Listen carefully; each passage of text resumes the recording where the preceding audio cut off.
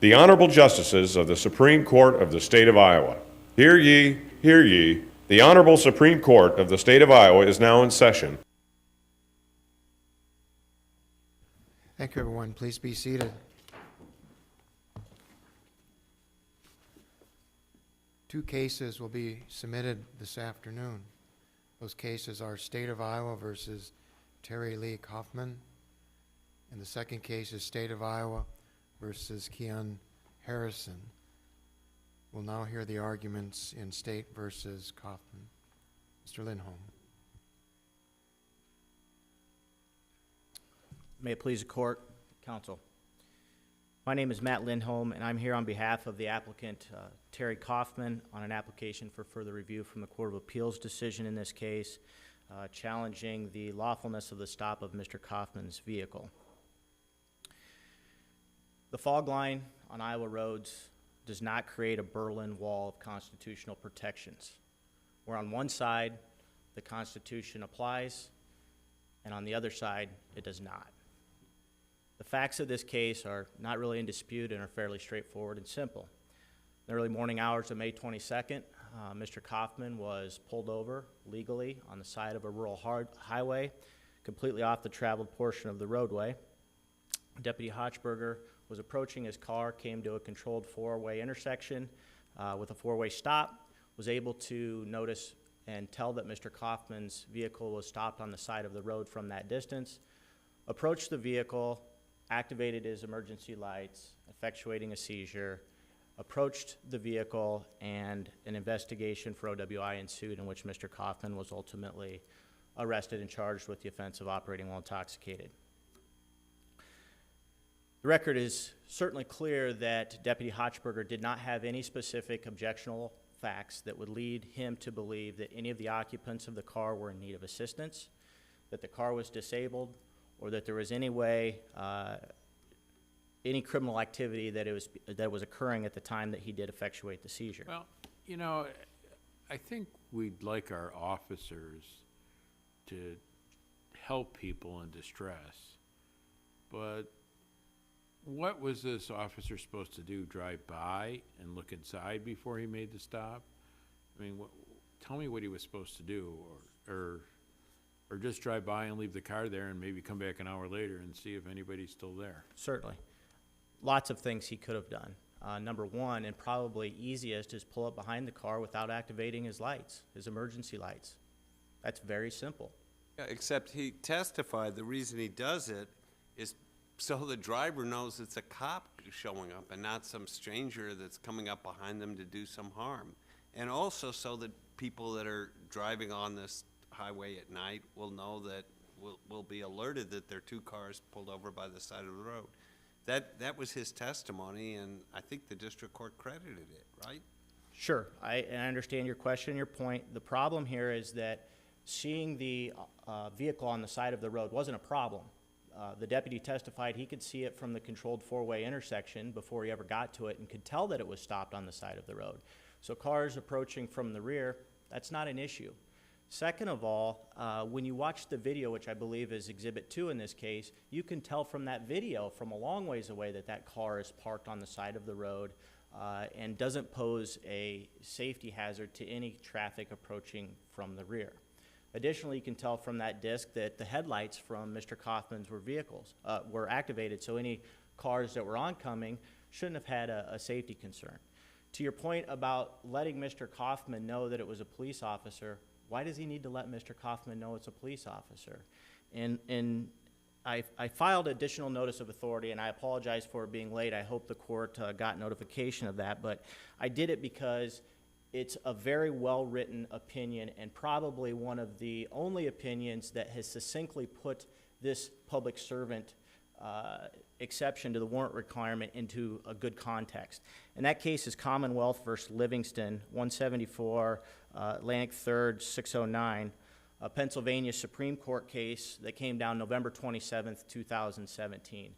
And to your point, Justice Mansfield, in that particular case, they talked about that particular issue of notifying the individual that it was a police officer. And in that case, they said, but the person who's sitting in the driver's seat doesn't know that that's why he's activating his lights. In other words, it makes no difference to that person because a seizure has occurred. So the activation of the lights constitutes the seizure, and therein lies the problem. I understand your point, but still, I could put myself in the position of somebody pulled over by the side of the road at night, and I'd want to know if a car pulling up behind me is a stranger or if it's a police officer. I'd kind of want to know that, right? Sure, but it's still a seizure, and the question then is that seizure reasonable? And, I agree, that is the question. okay, so my Well, point is, let's talk about the reasonableness then if it's a seizure. After the officer inquired if everything was okay, they both acknowledged it was. Was there anything left to do? you're talking post-contact with the driver? Correct. Was there anything left for the officer to do? Correct. Well, at that point in time, according to his testimony, he made observations that led him to believe that Mr. Coffman may be intoxicated. The problem is the reasonableness of the seizure prior to him activating his lights and what facts were known to the officer at the time he activated his lights. And, you know, this public servant doctrine does not have a lot of history here with our courts, and certainly doesn't have a lot of history under the Iowa Constitution. And Is it okay to seize the car or seize the defendant when he's just parked on the side of the road with no other articulable facts at all? No, it's not, because a law-abiding citizen driving down the road who pulls over, parks their car on the side of the road to use their cell phone, to keep their kids from fighting in the back, to switch drivers, or in this case, to give your wife a shoulder rub because she's cramping up, would subject you then to being seized by the officer without any indicia that assistance was needed? Was this a rural area or an urban area? It was a rural area. Were they pulled on the shoulder, or was there parking in the rural area? The vehicle was completely pulled off on the shoulder of the paved highway, on the gravel portion of the shoulder on the paved highway. Is there any indication that doing that would be illegally parking or anything? No, and that wasn't argued by the state, and I believe in my brief I set forth the code section that discusses that, and I apologize, the site is escaping me, but I think it may be 321, 384, if I'm remembering correctly, that talks about parking on the side of the roadway. First of all, that was never an argument advanced by the state, but second of all, that statute only precludes parking on fully controlled access facilities, which this wasn't one. So no, I don't believe that there was any illegal parking here. Second of all, to your point, you know, we have, and the deputy talked about this situation, situations all the time where we see cars parked on the side of the road. If those cars pose a safety hazard to passing motorists, why aren't those cars immediately removed from the roads? Why aren't they towed? Why do we see the orange stickers on them? And that's what Deputy Hochberger testified. So to the extent that the Court of Appeals and the District Court in their ruling relied on the fact that the location of this car somehow posed a danger to other motorists, I think it is crazy logic. One, because it wasn't illegal, and if our legislature thinks that parking a car in that position is okay, why are we to presume that it's dangerous? Second of all, we have cars that are parked on the road all the time that are not removed. The orange stickers are put on them. If it's such a danger, let's remove those cars. We're not doing that. Could the officer reasonably feel a need to check when it's kind of in the middle of nowhere? It's an isolated stretch of road. There's not a house there or any other, a business or any other reason to stop. He might be concerned maybe this driver is having a health issue. Sure, he can check, absolutely. And we're not saying he was amiss for stopping to check on this driver. What we're saying is you don't need to effectuate a seizure to do it. So it was okay for him to stop behind the car as long as he didn't activate his lights, but it was okay for him to leave the lights off but then go up to the window and check? What difference would that have made? Well, because it's a consensual encounter then. An officer can approach you on the street at any point in time. Hey, what is your name? How are you doing? Did you commit a murder? You know, that's a consensual encounter. That's what this would have been, but for the activation of the lights. But the driver, if the officer pulls behind him without his lights on, does the driver have a right to turn his turn signal on and leave before the officer approaches the car? I think so, yes. And the converse is, when the officer activates his lights, he can't leave. He legally is obligated to stay put. And that's part of the problem here. When you look at the Court of Appeals rationale, they distinguish State versus Sellers on the fact that in Sellers, the person attempted to drive away from the officer. In this case, Mr. Coffman didn't. So the message that we're left with from Sellers is, in order to preserve your constitutional rights, you need to drive away from an approaching police officer. That is bad precedent. That is a very slippery slope that we shouldn't go down. I also will point out to you in Livingston, they do a fantastic job of analyzing a lot of different cases from a lot of different states under nearly identical facts. And what they come up with is that the states have essentially established 3 different tests under this public servant exception. One deals with the balancing. Is the intrusion on the citizen outweighed by the public interest? The other test is reasonableness.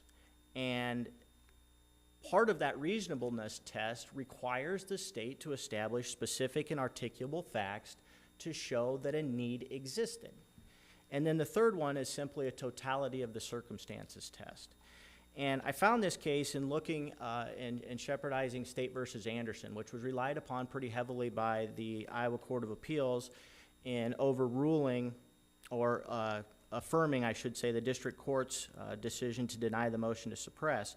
And in State versus Anderson, that court engaged in this balancing test. And this balancing test is a problem because when we think about, does the public need outweigh the intrusion on the individual, that answer is almost certainly going to be yes, because we're always going to have a public need there in some way, shape, or form. And does it outweigh the liberty interest of the individual and the intrusion on that individual? That becomes a problem, and I think Justice R.Appel has discussed this in some dissents in his writings, where that this exception has the ability to swallow the constitutional protection completely.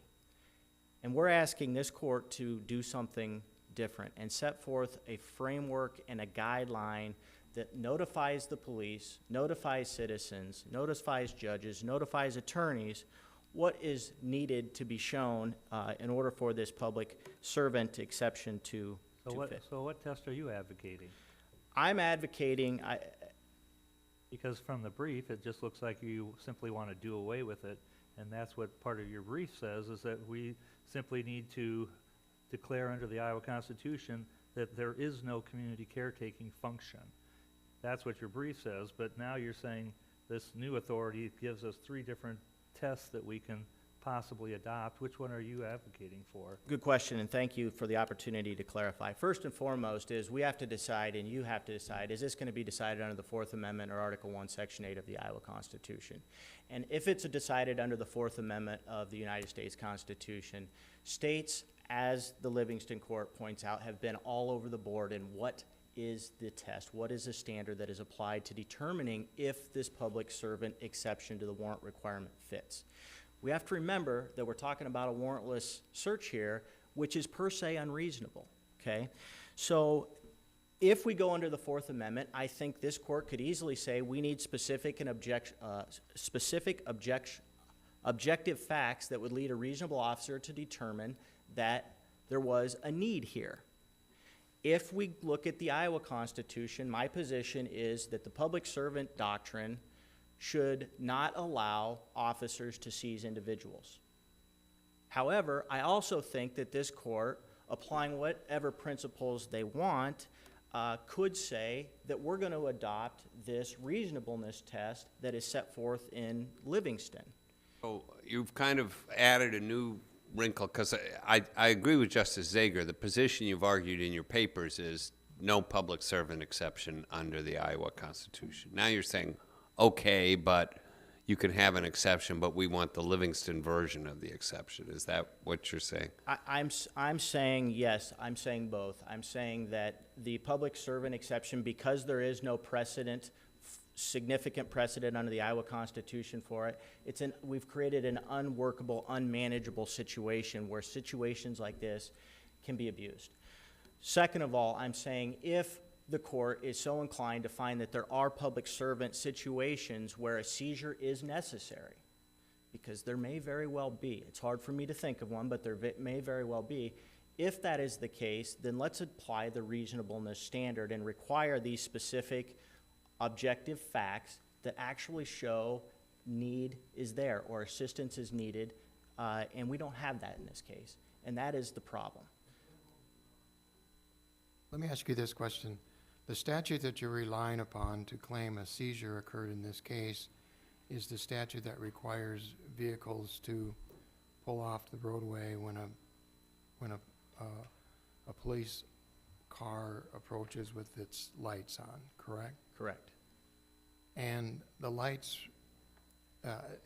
and you wouldn't argue that every time we might pull over to comply with that statute, a seizure occurs, correct? I am correct. You are correct, Judge. All right. So at what point under these facts did a seizure occur?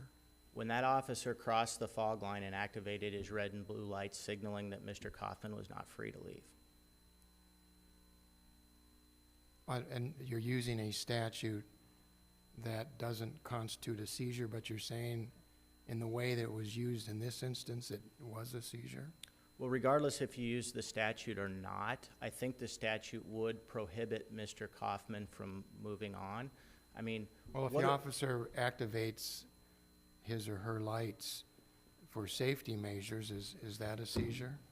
yes, because how does Mr. Coffman know that's what it's being activated for? So is he just supposed to make the educated guess that the officer's here for safety reasons and I'm free to drive away when there's red and blue lights behind him? How can the driver get in the subjective mind of the officer? They can't, so it has to be a seizure. Thank you. Thank you as well. Mr. Miller?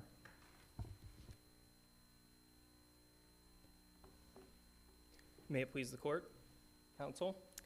This court should affirm Mr. Coffman's conviction for OWI because Deputy Hochberger was engaged in public servant conduct here, and it was reasonable for him to turn his lights on to do so. When was the seizure in this case? The state conceded the seizure, and it would have been because the lights were activated here. So at the moment the lights It was seized as soon as he turned his lights on, is that correct? It could have been when he walked up to the window, but I think the lights coming on in this case are the basis of the state's concession that there was a seizure, Your Honor. What articulable facts did he have before the seizure that this driver or passenger needed to be checked on? What did he see through the window? What did he observe other than a car legally parked at the side of the road? So he observed a car parked on a dark rural road at 1:08 in the morning, and that is a situation in which a reasonable person would believe that an officer acts appropriately by stopping behind the car. And that's exactly what happened here. But what facts support that? Just because he's parked there at 108? Yes. I mean, I've driven with my wife, and we change drivers sometimes, and we'll park at the side of the road. Or we pull over because you don't want to use your phone when you're driving. And you have to assume in this day and age that somebody has a cell phone. Certainly. I mean, you have to assume that if somebody had any problems, they'd be on their cell phone. If somebody had some problems with the car, they'd be outside of the car. I mean, other than being parked there at 108 on a dark road is your grounds for him to seize the vehicle? Well, I think that it was a dark road and it was rural, and 108 are the grounds in this instance of why the seizure was appropriate. And that's because it was reasonable for the officer to believe that aid was needed. This doctrine necessarily Well, but I'm sorry, the officer testified that when he makes stops like this, usually there's nothing wrong at all. Am I misreading the record? He testified a majority of the time nothing's wrong, and then he continued to explain that sometimes within that majority he means that people have hit a deer or having car trouble or using their phone. So some of those situations may very well encompass public servant conduct. But couldn't he drive by slow this vehicle, look inside, and if there was any problems, pull in front and turn his lights on? First, he doesn't have to do the least intrusive conduct under the test. And second of all, that wouldn't necessarily show that there was an emergency situation. For example, had Mr. Coffman been having a heart attack, driving by at night may very well not have displayed that when the need was most acute from the officer. And so stopping, getting out, and walking to make sure there's no acute problem is not a constitutional violation, and it's appropriate officer conduct to ensure the safety of Iowans. And for that reason, this was a Under your test, though, anytime somebody's stopped at an odd hour, legally or not, an officer can turn his or her lights on and go approach the car. I don't think that's quite right, Your Honor. For example, if we were in an area with good lighting where it's obvious a police officer is stopped behind the motorist, and they don't have to turn the lights on to show that it's a police officer who's approaching the car. But if the police officer turns his lights on like this guy does every occasion, he seizes every vehicle. Well, the state conceded this was a concession. That doesn't mean it was a seizure, in fact. But it also, we don't know the circumstances of the other stops that Deputy Hochberger makes. It's not in the record. That he might seize everyone doesn't mean that the Constitution justifies every seizure. The question is, was the seizure here justified? And it was. Deputy Hochberger turned his lights on both to alert Mr. Coffman that it was an officer approaching his vehicle, and also for his own safety, to make sure the car didn't pull away and hit him. It's night. And to make sure that other cars can see that there's possibly an officer in the roadway. And that means that it was reasonable conduct by the officer when he was engaged in this conduct. Would you agree with me that if the driver pulls away in this situation, he's guilty of eluding under 321-279, which says that once those lights are on, you can't leave? I think after the lights came on, he probably could not have pulled away. I think that if he had signaled to go back onto the roadway before the lights came on, there'd be no problem. Also, I think he could have signaled to go back onto the roadway after the lights came on. As long as he doesn't pull away, that obviates the officer's justification for this interaction by showing that the car is okay and doesn't need assistance. But you will agree that 321.279 says once those lights are on, he can't leave. Yes, I think that he couldn't have pulled away at the time that the lights come on. I think that's right. Usually in some of these cases, there's more than just a car at an early morning hour. They're in a breakdown lane on an interstate, for example, which is perhaps a somewhat unusual location. Or there's some additional facts beyond the mere fact of a car pulled over beside of the road. Doesn't there need to be some, even under federal law, as a matter of fact, applying the Fourth Amendment, doesn't there have to be articulable facts beyond a vehicle pulled to the side of the road? I mean, I concede safety could be a problem if let's just say, hypothetically, the front end was hanging out. The video doesn't show that, I don't believe. Don't you need to have something beyond a vehicle safely pulled, and lawfully pulled over the side of the road before you engage in a seizure? Well, first, I don't think that this car was necessarily safe. It was certainly off the road, but that doesn't mean that that's not going to result in a car accident. It's very possible someone could have hit the car. True with every legally parked vehicle, I suppose. That's true. They could seize any legally parked vehicle? No, because here we have the fact that it's 1:08 in the morning on a dark rural road, and in that situation, a simple officer check to see if any assistance is needed is reasonable. What time would be unreasonable? 10 o'clock, 9 o'clock, 7 o'clock? I think probably for the activation of the lights, if you could see that it was an officer behind you, a lot of the reason to use the lights falls away, because then you know an officer's approaching, you're not going to be as threatened. So only during daylight? I think that's a very possible So in the winter months, distinction. 5 o'clock you're out, and in the summer months, you might go to 9:30. If that's part of the rationale of why the lights were used, yes. What am I missing here? You know, the state's already conceded that there's a seizure here. And then we go to the second prong of the analysis, which we've adopted and we've stood by for so long. If in fact there has been a seizure, which everybody acknowledges there already has been here, then we look to see whether the police conduct was a bona fide community caretaking activity.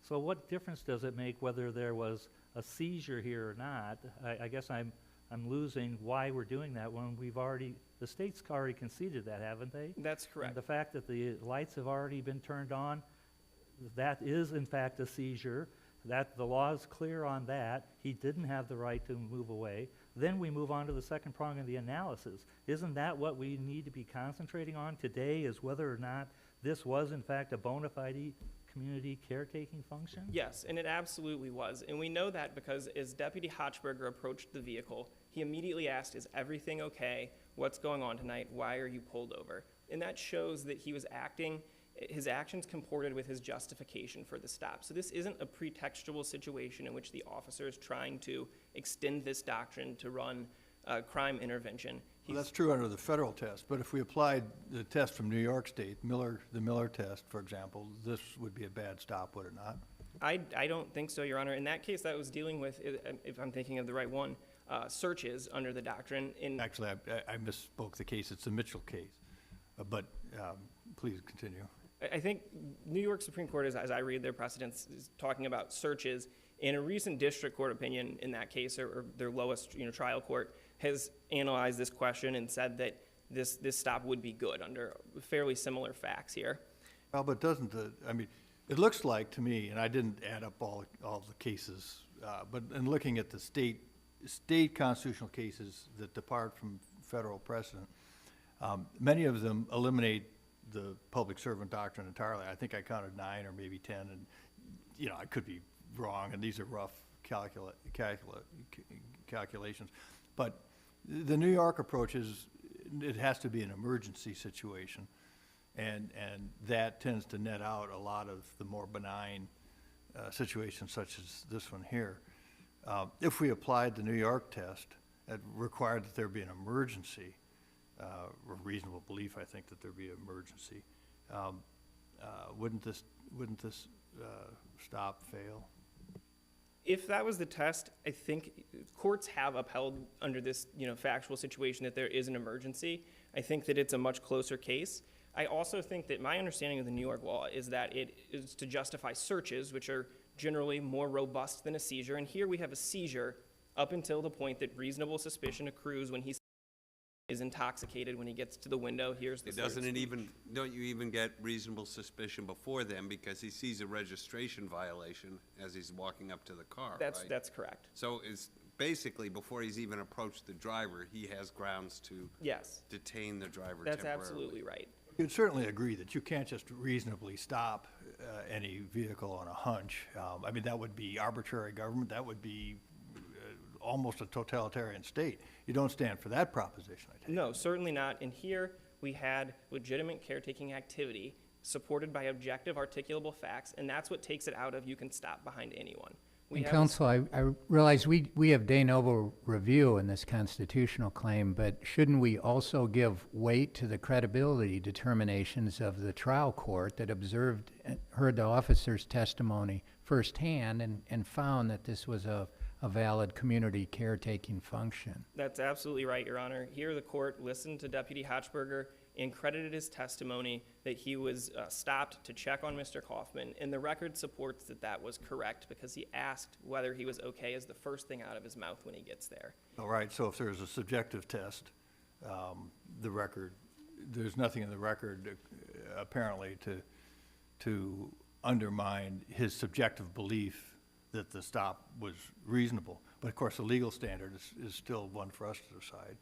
That is an objective test, Your Honor. And this court in Kurth has acknowledged that an officer's conduct does inform what a reasonable person or officer would think in this situation. No, I'm not sure I agree with that necessarily. I mean, I don't subscribe to Wren, and I would have a subjective test almost certainly. But even if I did, the record probably supports your position on subjective testing. Is there anything in the record to suggest that there was some ulterior motive other than caretaking? No. And so you have a seizure here, an officer or deputy who's engaged in bona fide conduct. His actions are reasonably necessary to check on the driver, and the public interest in the safety of both the driver and other motorists outweigh the limited intrusion. As Justice Mansfield pointed out, possibly as short as a 10-second seizure here. And so for those reasons, this court should affirm that decision. Turning to the Iowa constitutional question. Would you address the preservation problem? Certainly. So what happened was In the motion to suppress, Mr. Coffman cited the Iowa and federal constitutions, and the district court denied the motion. In his motion to reconsider, he had acknowledged that he hadn't made an Iowa-specific argument because he thought that the law was clear and the district court would get it right. So he made a strategic decision not to raise that issue, and this court should not consider that to be preserved on the Iowa Constitution-specific argument. We ever had an Iowa-specific constitutional case in community caretaking? Yes, Tagg acknowledged the public servant doctrine and ultimately rejected the stop, but acknowledged that that doctrine exists and applies. It did not delineate the specific test, so the district court probably couldn't have said that it doesn't exist in Iowa, but it could have articulated a specific test had Mr. Coffman asked for one, and of course, had he, the state would have had a chance to put on other evidence to rebut whatever test he had put forward, which it was deprived of here. And so for that reason, this court should reject his Iowa Constitution-specific argument as being preserved. We had Deputy Hochberger see a car at night that was stopped on the side of the road, and he wanted to make sure that the driver was okay. His actions comported with that purpose, and for that reason, the public servant doctrine supported this stop. The state would ask that you affirm his conviction for OWI. Thank you. Counsel, what type of evidence would you have put on had he made an Iowa-specific argument for a different standard at the trial level? That's obviously not in the record, but I think what percentage of people specifically needed assistance, what type of help was needed, what different roadways across the state might look like, how often people stop, all of those kinds of things might have come in to inform what the Iowa Constitution would allow. Thank you. Mr. Miller, thank you as well. Mr. Lindholm. Thank you. As this court is aware, we require reasonable articulable suspicion in order to effectuate a Terry stop. That reasonable articulable suspicion stems from the reasonableness requirement of the Fourth Amendment or Article 1, Section 8 of the Iowa Constitution. That reasonable articulable suspicion requires specific objective facts that would lead a reasonable officer to believe that a crime was in progress or had been committed. Here, we are taking a step down from that standard even for the public servant doctrine. We don't have any specific objective facts that would lead a reasonable person. I'm going to harp on what I talked about earlier, which is the state's already conceded that there was a seizure here. Isn't that correct? Correct, but that doesn't mean that So the basis for the stop or why he stopped, we already know that there's in fact been a seizure. We're talking about now an exception to a normal warrant requirement or anything else. So isn't that what we're talking about here, is whether or not we're going to continue to recognize this as a valid exception?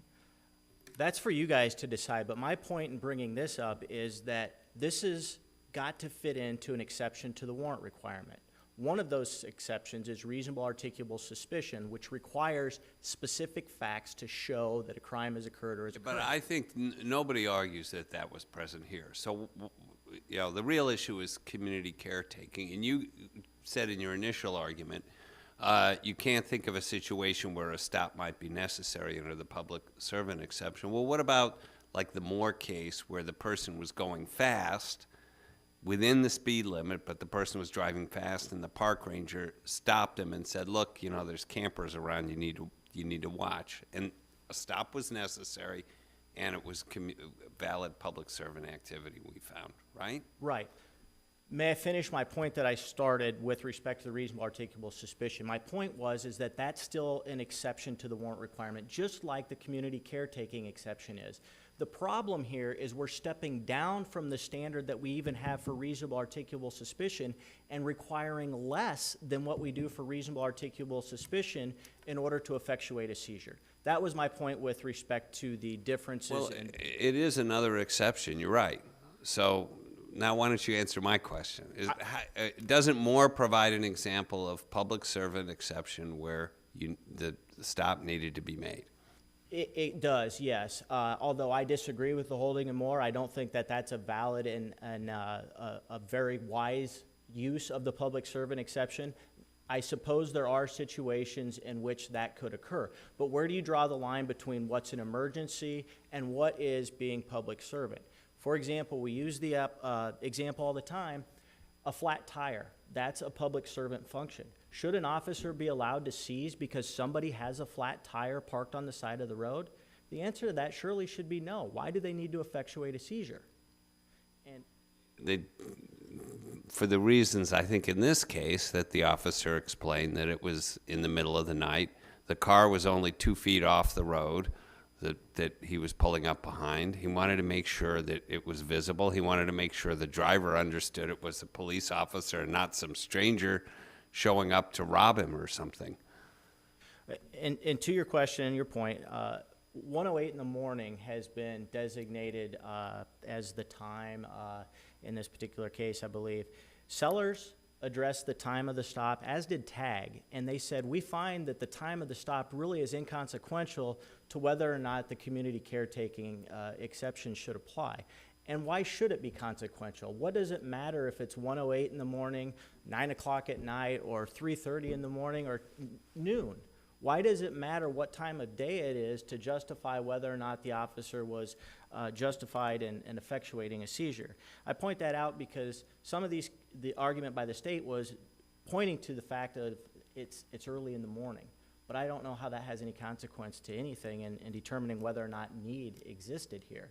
Somebody on the side of the road at 1 in the morning may need just as much assistance as somebody at noon. So I'm urging this court to not take that factor into consideration here, just like the court didn't do in It's TAG. just a factor. I mean, it's just one of the factors that we can consider when we're looking at the circumstances that involve the ultimate seizure of this car in the first place. It's in an abandoned.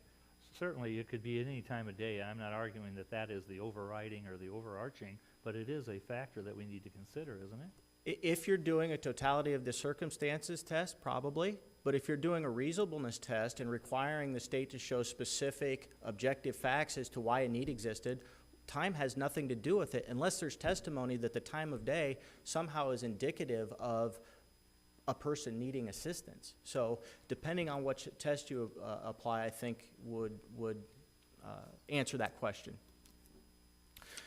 So in conclusion, we are asking that this court adopt a standard, some type of standard. And I've proposed two alternatives here that allows the public, police officers, and everybody to know when they're subject to seizure and when they're not. Merely pulling off to the side of the road on a rural road, stopping to rub your wife's shoulders, activating your brake lights, does not rise to the level that would allow an officer to seize under either the Iowa Constitution or the Fourth Amendment. Thank you. Mr. Lindholm, thank you as well. Case of State versus Coffman is now then submitted, and we'll next hear the arguments in State versus Harrison.